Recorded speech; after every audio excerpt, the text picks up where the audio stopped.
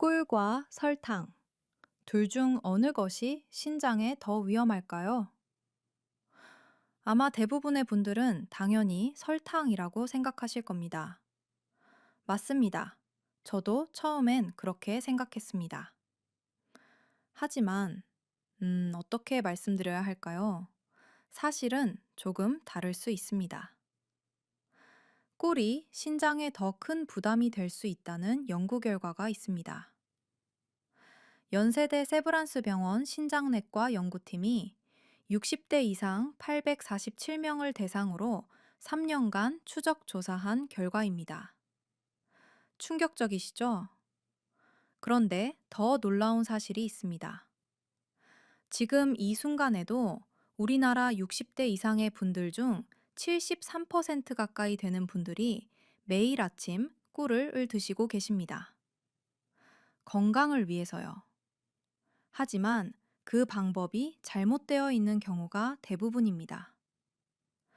어떻게 먹느냐, 무엇과 함께 먹느냐, 언제 먹느냐, 이 세 가지가 잘못되면 꿀은 신장을 조용히 망가뜨리는 원인이 됩니다.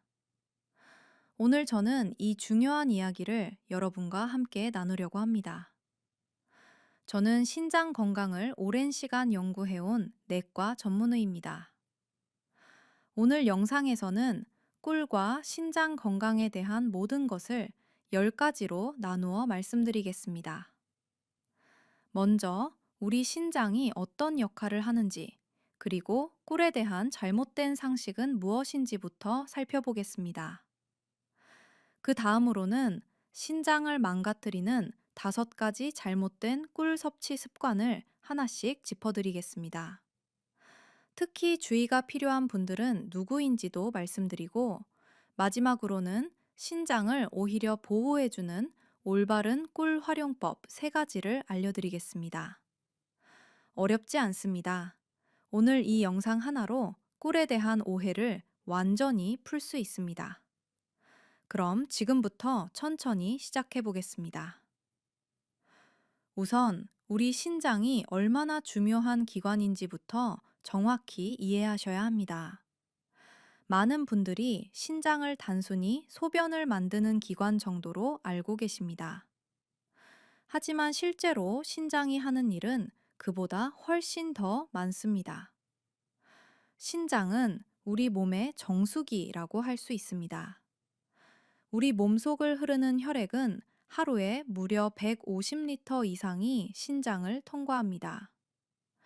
이 과정에서 신장은 필요 없는 노폐물과 독소를 걸러내고 몸에 필요한 수분과 미네랄은 다시 흡수합니다. 이 일을 하루도 쉬지 않고 자는 동안에도 계속합니다. 신장은 또한 혈압을 조절하는 데도 중요한 역할을 합니다. 혈액 속의 적혈구를 만드는 데 필요한 신호를 보내기도 하고 뼈를 튼튼하게 유지하는 비타민 D를 활성화하는 데도 관여합니다. 이렇게 신장은 우리 몸의 거의 모든 기능에 영향을 미칩니다.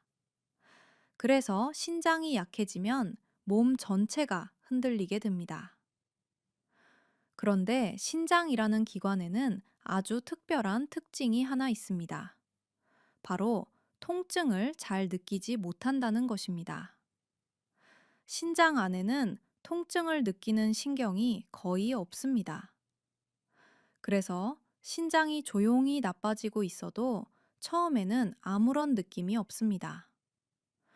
연세대 세브란스 병원 자료에 따르면 신장 기능이 절반 이하로 떨어졌을 때에야 비로소 증상이 나타나기 시작한다고 합니다.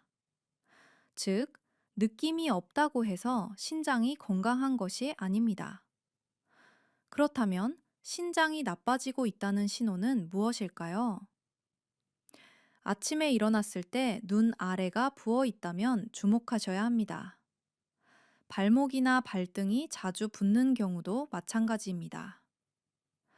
밤에 자다가 화장실을 2번, 3번 이상 가게 된다면, 소변에 거품이 많이 생기고 잘 사라지지 않는다면, 이것들이 바로 신장이 힘들다는 조용한 신호입니다.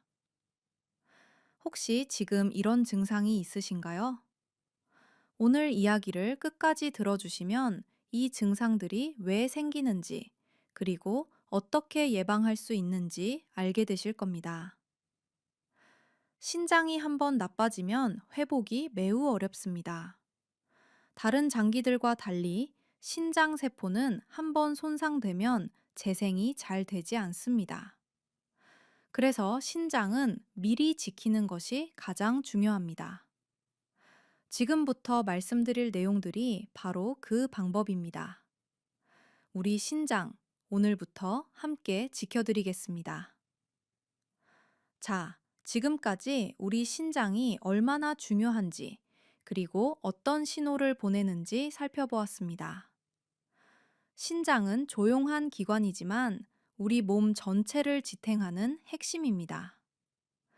다음은 우리가 건강을 위해 먹는다고 생각하는 꿀에 대한 이야기입니다. 꿀에 대해 잘못 알고 계신 부분이 생각보다 많습니다.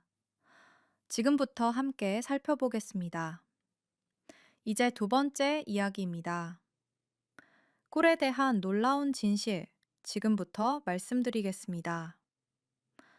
많은 분들이 꿀에 대해 이런 생각을 가지고 계십니다.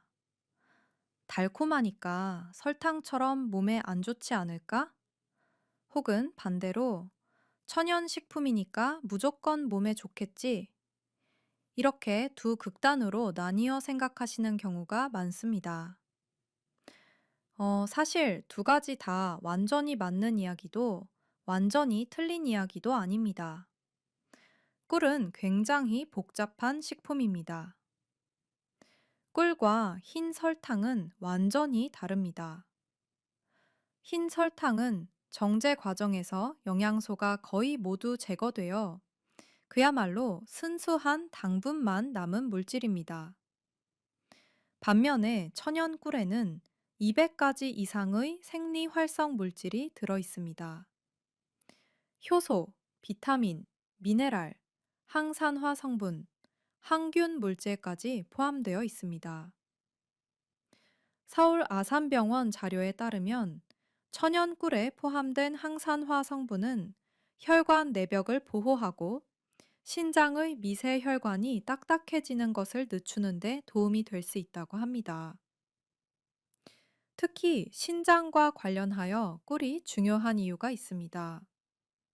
신장은 수십만 개의 아주 작은 혈관들이 모여서 이루어진 기관입니다. 이 혈관들이 건강해야 신장이 제대로 기능합니다. 나이가 들면서 이 미세 혈관들은 점점 경직되고 손상되기 쉬운 상태가 됩니다. 적절하게 사용한 꿀의 항산화 성분은 이러한 과정을 완화하는 데 도움을 줄 수 있습니다. 말하자면 꿀은 신장 속의 작은 필터망을 부드럽게 유지해주는 역할을 할 수 있는 것입니다. 그런데 여기서 반드시 알아야 할 것이 있습니다. 꿀은 어떻게 먹느냐에 따라 효과가 완전히 달라집니다. 올바른 방법으로 먹으면 신장을 보호하는 좋은 식품이 되지만 잘못된 방법으로 먹으면 오히려 신장에 불필요한 부담을 주는 요인이 됩니다. 이 차이를 만드는 것이 바로 섭취 방법, 조합, 그리고 시간입니다. 우리가 일상에서 무심코 반복하는 꿀 섭취 습관 중에 신장에 부담을 줄 수 있는 것들이 있습니다. 그 습관들을 하나씩 살펴보겠습니다. 중요한 것은 이 습관들이 나쁜 의도에서 나온 것이 아니라 건강을 위한 좋은 마음에서 비롯된 것들이라는 점입니다. 그래서 더 안타깝습니다. 하지만 지금부터 알게 되시면 오늘부터 바꾸실 수 있습니다. 꿀에 대해 꼭 기억하셔야 할 또 하나의 사실이 있습니다.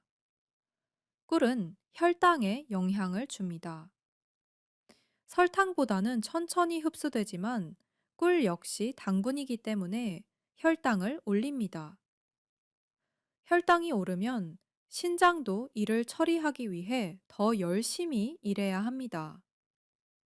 혈당이 반복적으로 빠르게 오르내리는 상황이 계속되면 신장의 미세혈관에 부담이 쌓입니다. 그래서 꿀을 드실 때는 양과 방법 모두 중요합니다. 하루에 꿀을 드신다면 한에서 두 숟가락 정도가 적당합니다. 그 이상은 오히려 신장에 부담이 될 수 있습니다.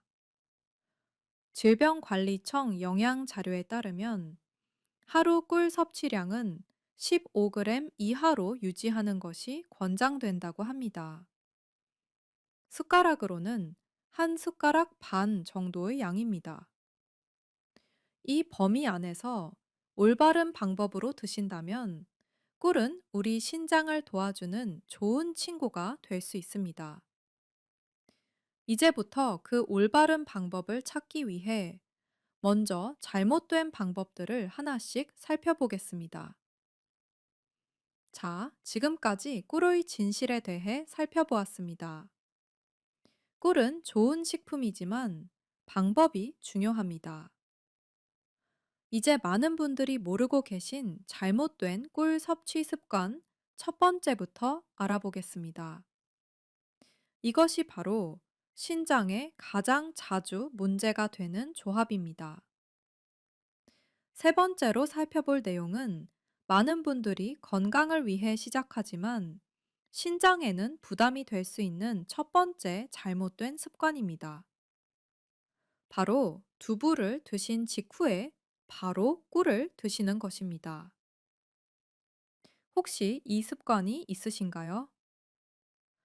아침에 부드러운 두부를 드시고 마무리로 따뜻한 꿀물 한 잔을 드시는 분들이 많이 계십니다. 두부도 몸에 좋고 꿀도 몸에 좋으니 함께 먹으면 더 좋겠다고 생각하시는 거죠. 그 마음은 충분히 이해됩니다. 우리 모두 가족에게 짐음이 되지 않으려고 건강하게 오래 살고 싶어서 노력하는 것이니까요. 하지만 두부와 꿀의 조합은 신장에 생각보다 큰 부담을 줄 수 있습니다. 이유를 쉽게 설명드리겠습니다. 두부는 만들어지는 과정에서 응고제로 칼슘이나 마그네슘 성분이 사용됩니다.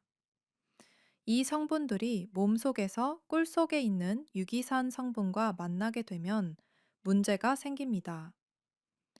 마치 뭉쳐지는 것처럼 소화가 잘 되지 않는 형태의 물질로 변할 수 있습니다. 이 물질들이 장 속에 오래 머물면서 불필요한 노폐물로 변하고 이것이 혈액을 타고 이동하면 신장이 이를 걸러내기 위해 추가적인 일을 해야 합니다. 신장에 불필요한 부담이 생기는 것입니다. 연세대 세브란스 병원 신장내과 자료에 따르면 이런 종류의 소화 불량 물질이 반복적으로 신장에 들어오면 신장의 미세 혈관에 부담이 쌓일 수 있다고 합니다. 하루 이틀로는 큰 문제가 없을 수 있지만 매일 아침 반복한다면 이야기가 달라집니다. 조금씩 쌓인 부담이 결국 신장 기능에 영향을 미칠 수 있습니다. 실제로 이런 사례가 있었습니다. 울산에 사시는 임경자 씨, 68세 분입니다. 이분은 평소 건강에 매우 신경을 쓰셨습니다. 아침마다 가벼운 산책을 하시고 식사도 담백하게 드시는 모범적인 생활을 하고 계셨습니다. 어느 날 지인에게 두부와 꿀을 함께 먹으면 좋다는 이야기를 듣고 그날부터 매일 아침 두부를 드신 뒤 꿀물을 드시기 시작하셨습니다. 처음에는 몸이 가볍고 피부도 좋아지는 것 같아 계속 유지하셨습니다. 그런데 한 달쯤 지나면서 아침에 눈 아래가 붓고 발목이 자주 불편해지고 밤에 화장실을 여러 번 가게 되었습니다. 소변에 거품이 생기는 증상도 나타났습니다. 검사를 해보니 신장 기능 수치가 많이 떨어져 있는 상태였습니다. 좋은 음식이라고 시작했는데 이런 결과가 나왔다며 많이 놀라워 하셨습니다. 다행히 비교적 일찍 발견되어 생활 습관을 조정하면서 회복을 시작할 수 있었습니다. 이분의 이야기가 특별한 것이 아닙니다. 우리 주변에서도 얼마든지 일어날 수 있는 일입니다. 그렇다면 어떻게 해야 할까요? 방법은 간단합니다. 두부를 드신 후에는 바로 꿀을 드시지 마시고 최소 2시간에서 3시간 정도 지나서 드시는 것이 좋습니다. 충분히 소화가 된 이후에 꿀을 드셔야 두 가지 성분이 서로 영향을 주지 않습니다. 이 작은 차이 하나가 신장에 큰 차이를 만들어 줄 수 있습니다. 지금까지 첫 번째 잘못된 습관을 살펴보았습니다. 두부 드신 직후 꿀 드시는 것. 오늘부터 조금만 시간 간격을 두어주세요. 신장이 훨씬 편안해질 수 있습니다. 이제 두 번째로 많은 분들이 매일 반복하고 계신 또 하나의 중요한 습관을 함께 알아보겠습니다. 이것도 생각보다 신장에 상당한 영향을 미칠 수 있습니다. 네 번째로 살펴볼 내용입니다. 두 번째 잘못된 습관. 너무 뜨거운 물에 꿀을 타는 것과 꿀물 직후 커피를 마시는 습관입니다. 아마 이 두 가지 모두 매우 익숙하게 느껴지실 겁니다. 아침에 물을 팔팔 끓이고 거기에 꿀을 한 숟가락 넣어 마신 뒤 잠을 완전히 깨기 위해 커피 한 잔을 더 마시는 것. 이 장면, 많은 분들의 아침 일상이죠? 전혀 이상하게 느껴지지 않으시죠? 하지만 이 습관 속에는 신장에 부담을 주는 두 가지 문제가 함께 들어 있습니다. 먼저 온도 이야기부터 해드리겠습니다. 꿀은 단순한 단맛 음식이 아닙니다. 꿀 속에는 살아있는 효소들이 포함되어 있습니다. 그런데 이 효소들은 열에 매우 약합니다. 물이 60도 이상으로 뜨거우면 꿀 속의 효소와 좋은 성분들이 대부분 파괴됩니다. 결과적으로 좋은 성분은 사라지고 신장이 처리해야 할 변성된 물질만 남게 됩니다. 이 물질이 반복적으로 신장을 통과하면 부담이 쌓입니다. 국립암센터 영양연구 자료에 따르면 꿀을 60도 이상의 뜨거운 물에 녹이면 유용한 효소 성분이 87% 이상 파괴된다고 합니다. 이렇게 되면 꿀을 먹는 의미 자체가 크게 줄어드는 것입니다. 꿀을 드실 때는 반드시 손등에 닿았을 때 따뜻하게 느껴지는 정도, 약 40도 이하의 미지근한 물에 타서 드셔야 합니다. 이것만 지켜도 꿀의 좋은 성분을 온전히 활용할 수 있습니다. 이제 두 번째 문제인 커피와의 조합입니다.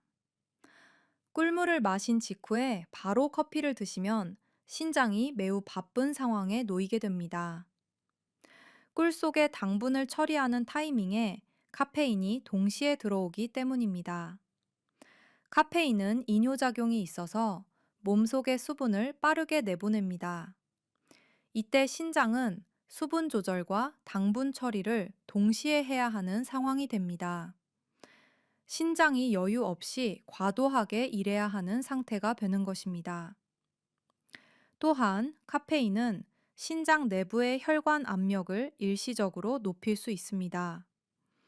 이것이 매일 반복되면 신장의 미세 혈관이 점점 예민해지고 약해질 수 있습니다. 대구에 사시는 한영자 씨, 69세 분의 이야기를 드리겠습니다. 이분은 오랫동안 아침마다 뜨거운 꿀물을 드신 후 바로 커피를 마시는 습관을 유지해 오셨습니다. 특별히 몸이 아픈 곳도 없었기 때문에 문제라고 생각하지 않으셨습니다. 그런데 정기 검진에서 신장 수치에 이상이 발견되었습니다. 생활 습관을 점검하던 중에 뜨거운 꿀물과 커피 조합이 원인 중 하나로 지목되었습니다. 이후 물 온도를 낮추고 꿀물과 커피 사이에 1시간 이상 간격을 두기 시작하셨습니다. 약 3달이 지난 후 다시 검사했을 때 신장 수치가 눈에 띄게 안정된 것을 확인하셨습니다. 작은 변화가 이런 결과를 만들 수 있습니다. 정리해 드리겠습니다.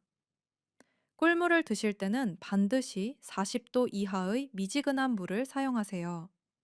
그리고 꿀물을 드신 후에는 커피를 최소 1시간 이후에 드시는 것이 좋습니다. 이 두 가지만 지켜도 신장이 받는 부담이 훨씬 줄어듭니다. 뜨거운 물과 커피. 이제 조금만 거리를 두어주세요. 신장이 고마워할 겁니다. 자, 두 번째 습관까지 살펴보았습니다. 이제 세 번째 잘못된 습관을 알아볼 차례입니다. 이것도 건강을 위해 시작하시는 분들이 정말 많습니다. 다음 내용을 함께 들어주시겠습니까? 다섯 번째로 살펴볼 내용입니다. 세 번째 잘못된 습관. 충분히 준비되지 않은 생마늘과 꿀을 함께 드시는 것입니다. 마늘과 꿀을 함께 먹으면 좋다는 이야기 한 번쯤 들어보셨죠? 우리 세대에게는 꽤 익숙한 건강법입니다. 마늘은 예로부터 우리 몸을 따뜻하게 하고 면역력을 높이는 식품으로 알려져 있습니다. 꿀도 좋고 마늘도 좋으니까 함께 먹으면 더 강력하지 않을까 생각하시는 거죠? 그 마음 이해합니다. 저도 처음에는 그렇게 생각했습니다. 하지만 문제는 생마늘을 짧은 시간 숙성시킨 후 꿀과 함께 드시는 경우입니다. 생마늘 속에는 알리신이라는 성분이 들어 있습니다. 이 성분은 항균, 항염 작용이 있어 몸에 도움이 될 수 있습니다. 하지만 이 성분은 동시에 자극성이 매우 강합니다. 준비되지 않은 상태로 위장에 들어오면 위장 점막에 강한 자극을 줄 수 있습니다. 위장이 예민해지고 소화 과정에 문제가 생기면 그 영향이 신장까지 이어질 수 있습니다. 구체적으로 설명드리겠습니다. 위장이 강한 자극을 받으면 소화기 쪽으로 혈액이 집중됩니다. 이 과정에서 신장으로 가는 혈액량이 일시적으로 줄어들 수 있습니다. 이런 상황이 반복되면 신장은 충분한 혈액을 공급받지 못한 채 계속 일해야 하는 상태가 됩니다. 연세대 세브란스 병원 소화기 내과 연구 자료에 따르면 소화기계에 지속적인 자극이 가해지는 경우 신장 혈류에도 영향을 미칠 수 있다는 내용이 있습니다. 신장과 소화기계는 서로 연결되어 있습니다. 또한 충분히 숙성되지 않은 마늘은 체내에서 대사될 때 더 많은 에너지와 처리 과정이 필요합니다. 이 과정에서 생성되는 부산물을 신장이 걸러내야 하기 때문에 추가적인 부담이 생깁니다. 이 부담이 매일 반복되면 신장에 쌓이게 됩니다. 광주에 사시는 박정숙 씨, 71세 분의 이야기입니다. 이분은 평소 자연식품을 통해 건강을 관리하려고 노력하셨습니다. 지인에게 마늘을 꿀에 담가 먹으면 기력이 좋아진다는 이야기를 듣고 열흘 정도 숙성시킨 마늘 꿀을 매일 공복에 드시기 시작하셨습니다. 처음에는 몸이 따뜻해지고 활력이 생기는 느낌이 들었습니다. 하지만 시간이 지나면서 속이 더부룩해지고 아침에 눈이 붓고 밤에 잠을 자다가 자주 깨는 증상이 생겼습니다. 검사 결과 신장 기능 수치가 상당히 떨어져 있었습니다. 좋다고 시작한 것이 오히려 부담이 되었던 것입니다.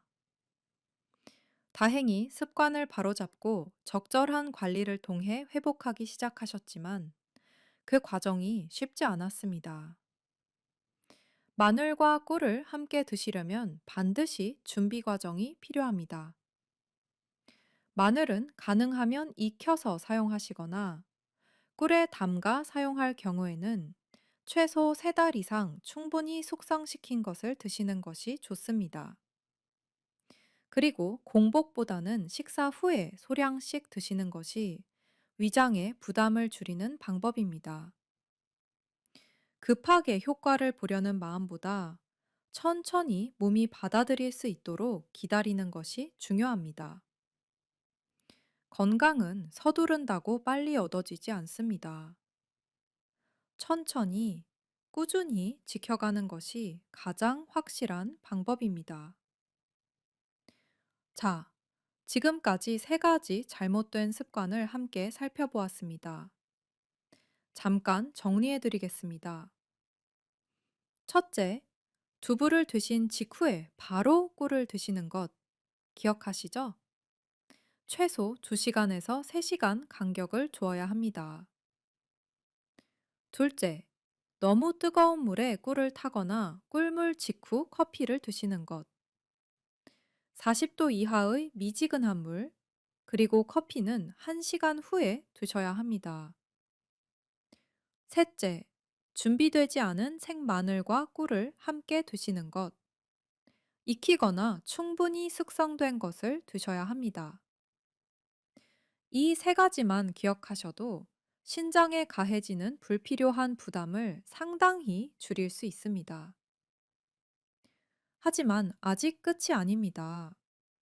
지금까지 말씀드린 것만큼 중요한 2가지 습관이 더 있습니다. 계속 들어주시겠습니까? 다음 이야기가 어쩌면 더 중요할 수 있습니다. 6번째로 살펴볼 내용입니다. 네 번째 잘못된 습관, 우유와 꿀을 함께 드시는 방법입니다. 잠들기 전에 따뜻한 우유에 꿀을 넣어 드시면 잠이 잘 온다는 이야기 들어보신 적 있으시죠? 실제로 많은 분들이 이 방법을 실천하고 계십니다. 따뜻한 우유의 온기와 꿀의 달콤함이 심리적인 안정감을 주고 잠드는데 도움이 된다는 것은 어느 정도 사실입니다. 하지만 우유와 꿀의 조합이 모든 분에게 같은 효과를 주는 것은 아닙니다. 그리고 경우에 따라서는 신장에 부담이 될 수 있습니다. 이유를 설명드리겠습니다. 우유 속에는 유당이라는 성분이 들어 있습니다.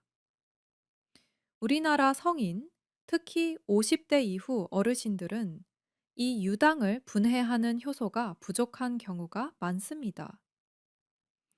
우유를 마신 후 배가 더부룩하거나 가스가 차거나 설사를 하신 경험이 있으시다면 이것이 바로 유당을 잘 소화하지 못하는 신호입니다.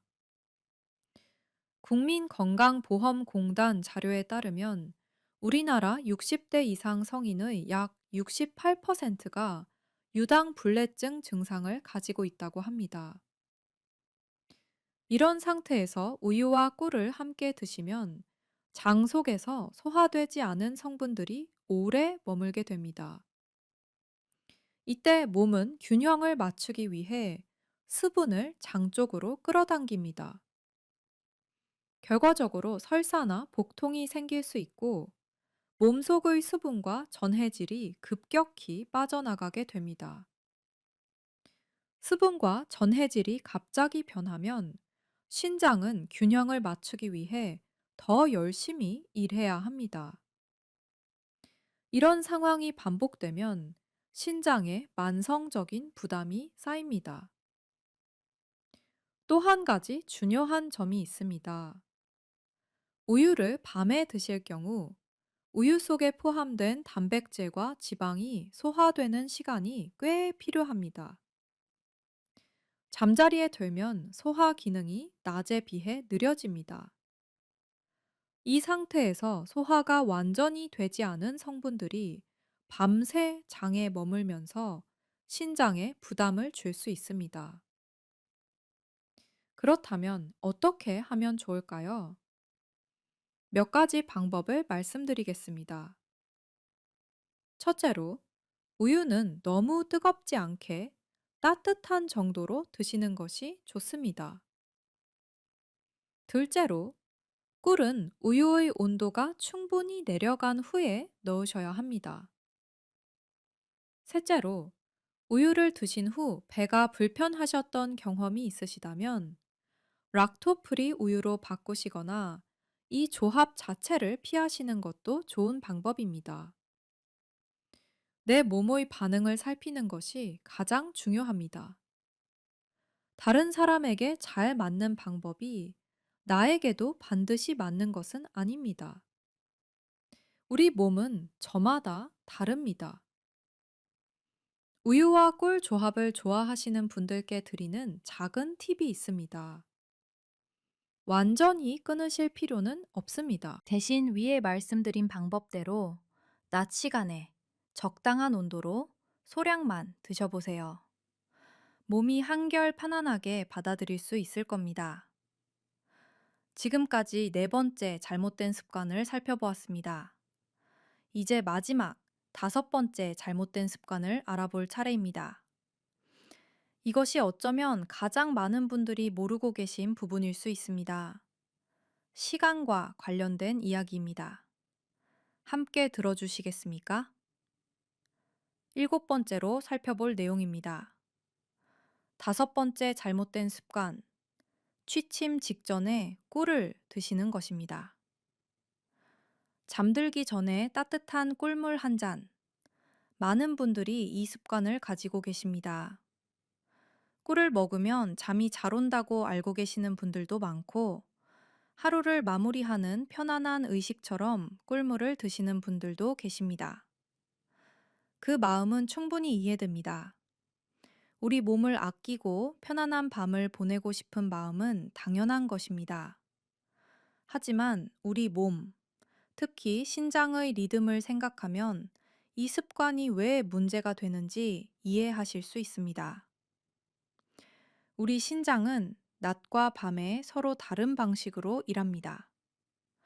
낮에는 활발하게 혈액을 걸러내고 노폐물을 배출하는 데 집중합니다.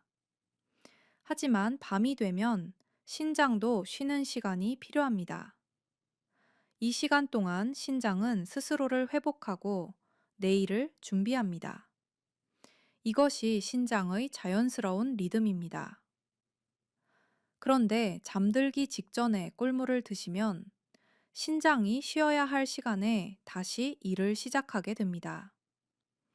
꿀 속의 당분이 몸에 들어오면 신장은 이를 처리하기 위해 활동을 재개해야 하기 때문입니다. 꿀에 포함된 당분은 비교적 빠르게 흡수되기 때문에 밤새도록 신장이 완전히 쉬지 못하는 상황이 만들어집니다. 연세대 세브란스 병원 신장내과 연구에 따르면 신장이 밤 동안 충분히 회복하지 못하는 상태가 반복되면 장기적으로 신장 기능에 영향을 줄 수 있다고 합니다. 가장 흔하게 나타나는 증상이 야간요입니다. 자다가 한 번, 두 번, 심지어 세 번 이상 화장실을 가게 되는 것입니다. 이렇게 되면 수면의 질이 크게 떨어지고 몸이 충분히 회복되지 않습니다. 아침에 일어나도 피곤하고 눈이 붓는 증상이 생깁니다. 이것이 단순히 나이 탓이 아니라 신장이 밤 동안 쉬지 못해서 생기는 결과일 수 있습니다. 혹시 밤에 화장실을 자주 가시나요?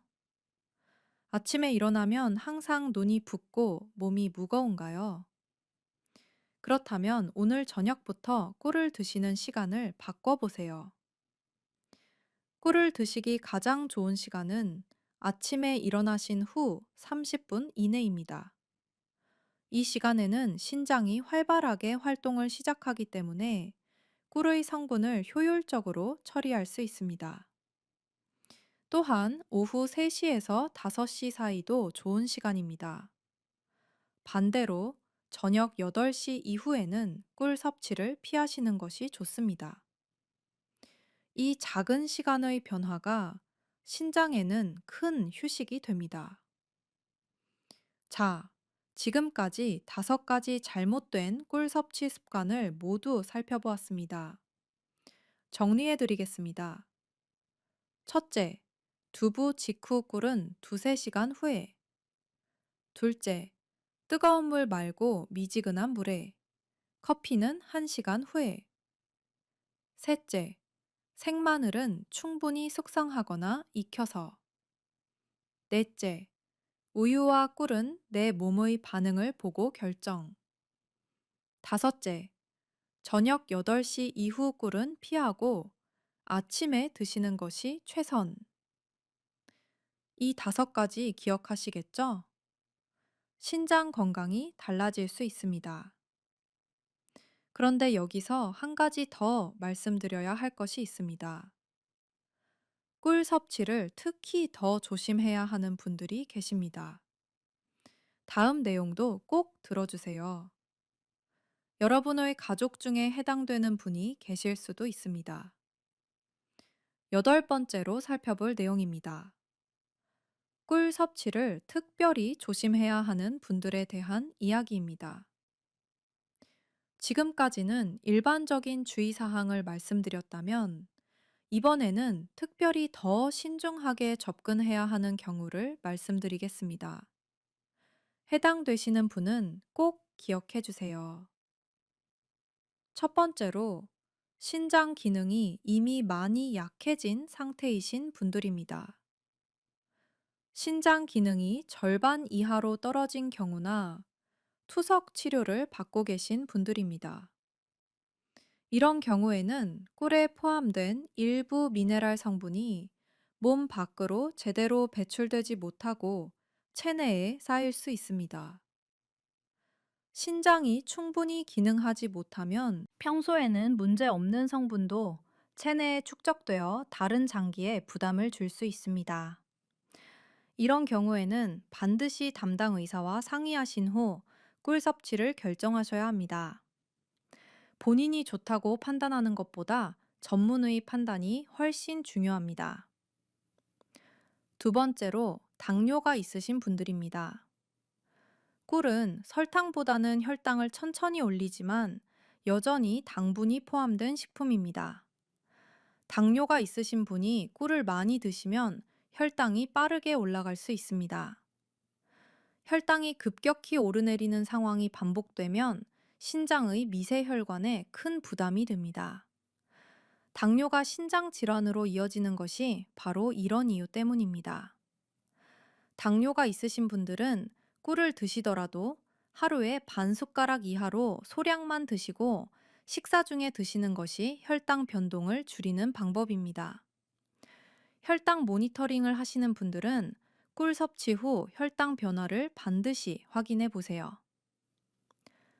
세 번째로 알레르기 체질이신 분들입니다. 꿀은 자연식품이기 때문에 꽃가루와 관련된 성분이 포함될 수 있습니다. 꿀을 드신 후 피부가 가렵거나 발진이 생기거나 호흡이 불편해지는 느낌이 있으시다면 즉시 섭취를 중단하시고 전문의와 상담하세요. 알레르기 반응이 신장에도 간접적인 영향을 줄 수 있기 때문에 이 부분은 특히 주의가 필요합니다. 마지막으로 손주를 돌보시는 할머니, 할아버지 분들께 꼭 드리고 싶은 말씀이 있습니다. 돌이 되지 않은 아기에게는 절대로 꿀을 주시면 안 됩니다. 아기의 장은 아직 완전히 발달하지 않아서 꿀 속에 있을 수 있는 특정 물질이 아기에게 매우 위험할 수 있습니다.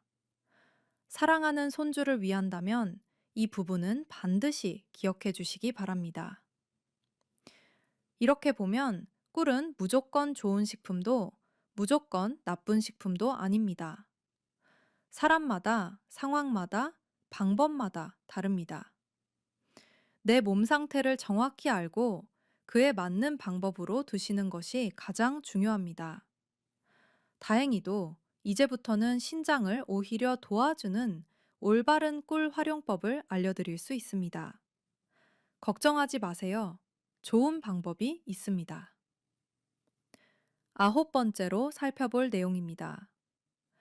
지금까지는 주의해야 할 습관들을 말씀드렸다면, 이제부터는 신장을 보호하는 올바른 꿀 활용법을 알려드리겠습니다. 집에서 쉽게 준비할 수 있는 재료들입니다. 돈도 거의 들지 않습니다. 우리 전통 식재료에서 찾을 수 있는 방법들이니 익숙하게 느껴지실 겁니다. 첫 번째 방법, 꿀과 계피를 함께 활용하는 방법입니다. 계피는 우리 주방에서 자주 볼 수 있는 향신료입니다. 수정과에도 들어가는 그 계피 맞습니다. 계피는 오래전부터 몸을 따뜻하게 하고 혈액순환을 돕는 식재료로 알려져 있습니다. 나이가 들수록 혈관은 점점 경직되기 쉽습니다.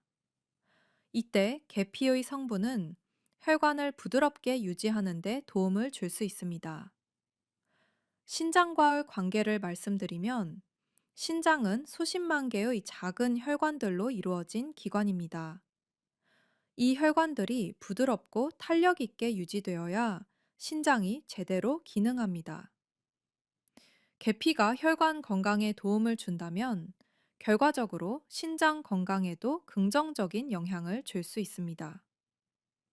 서울 아산병원 임상 영양 자료에 따르면 계피의 주요 성분 중 하나가 혈당 조절을 돕고 혈관 내피세포의 기능을 개선하는 데 도움이 될 수 있다고 합니다.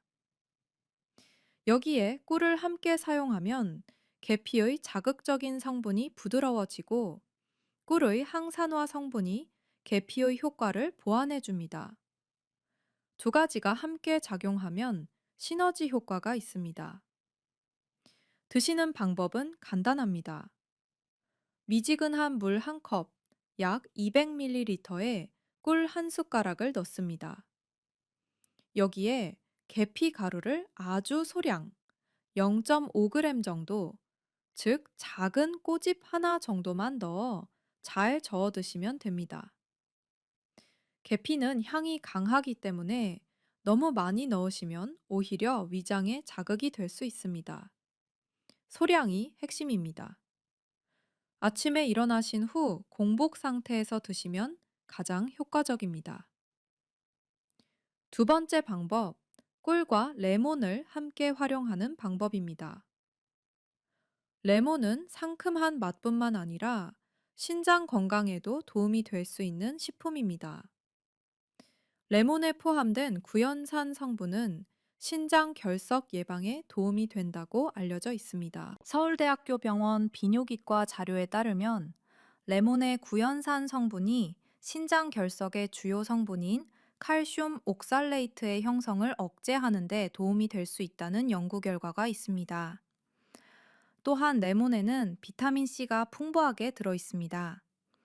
비타민C는 강력한 항산화제로서 신장의 산화 스트레스를 줄이는 데 도움을 줄 수 있습니다. 신장은 매일 엄청난 양의 혈액을 처리하면서 산화 스트레스에 노출됩니다. 이 스트레스를 줄여주는 항산화제가 있다면 신장이 훨씬 편안하게 일할 수 있습니다. 꿀과 레몬이 만나면 레몬의 신맛이 부드러워지고 꿀의 항산화 성분이 더해져 더욱 효과적인 조합이 됩니다. 드시는 방법입니다. 미지근한 물 200ml에 꿀 한 숟가락을 넣고 신선한 레몬즙을 소량, 레몬 4분의 1개 정도 짠 양을 넣어 잘 섞어 두시면 됩니다. 가능하다면 아침 식사 20분에서 30분 전에 드시는 것이 좋습니다. 위장이 예민하신 분들은 레몬의 양을 더 줄여서 시작해 보세요. 처음에는 레몬 8분의 1개 정도의 양으로 시작하셔서 몸의 반응을 보면서 천천히 늘려가는 것이 좋습니다. 인천에 사시는 한영자 씨, 69세분의 이야기입니다.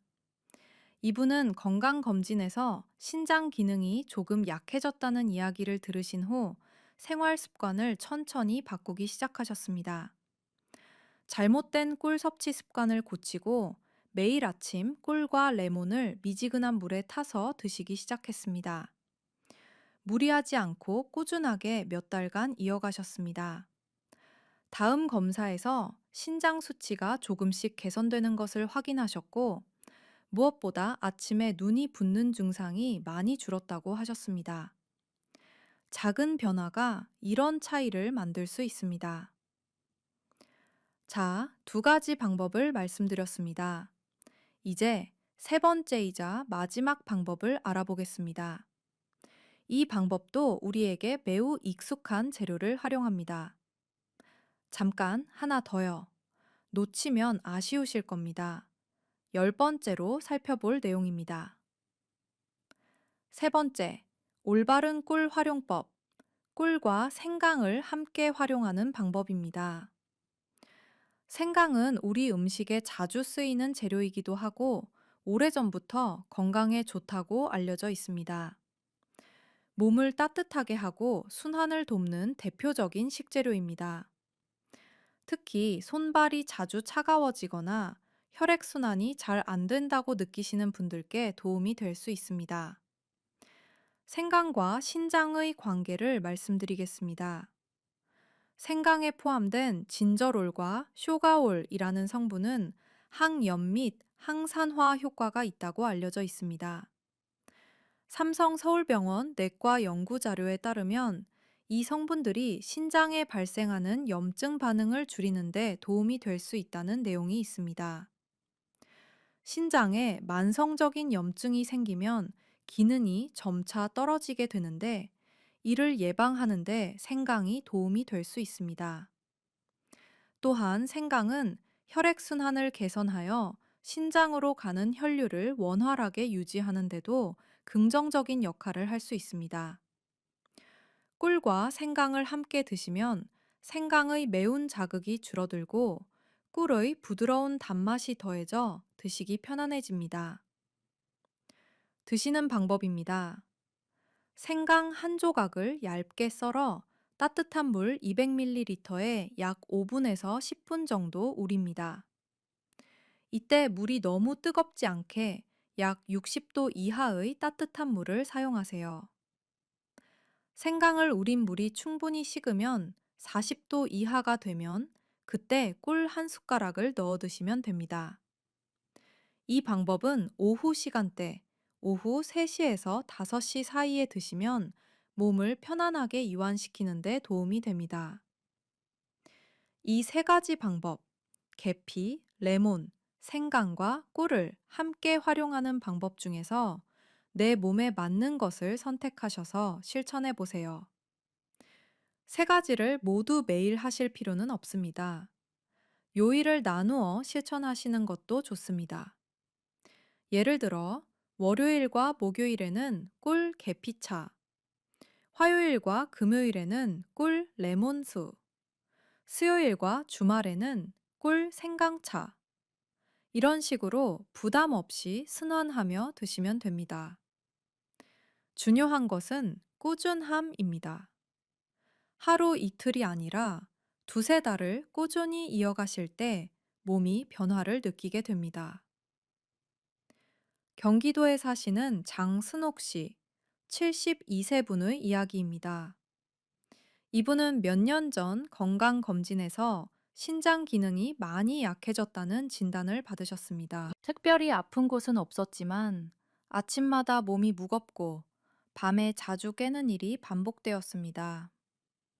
처음에는 나이가 들어서 그런가 보다 하고 넘기셨지만 점점 불편함이 커지자 생활 습관을 하나씩 돌아보기 시작하셨습니다. 꿀을 드시는 방법을 바꾸고 위에 말씀드린 세 가지 조합을 번갈아 가며 꾸준히 실천하셨습니다. 무리하지 않고 하루 한 잔씩 꾸준히 이어가셨습니다. 몇 달이 지나면서 아침에 몸이 가벼워지고 밤에 깊게 잠드는 날이 늘어났습니다. 검사 결과도 조금씩 안정되는 모습을 보였습니다. 대단한 치료가 아니라 작은 습관의 변화가 이런 결과를 만들어낸 것입니다. 여러분, 오늘 우리는 꿀과 신장 건강에 대한 중요한 이야기를 함께 나누었습니다. 마지막으로 오늘 내용을 모두 정리해 드리겠습니다. 세 가지만 기억하세요. 먼저, 피해야 할 5가지 습관입니다. 두부 드신 직후 꿀은 2~3시간 후에 드셔야 합니다.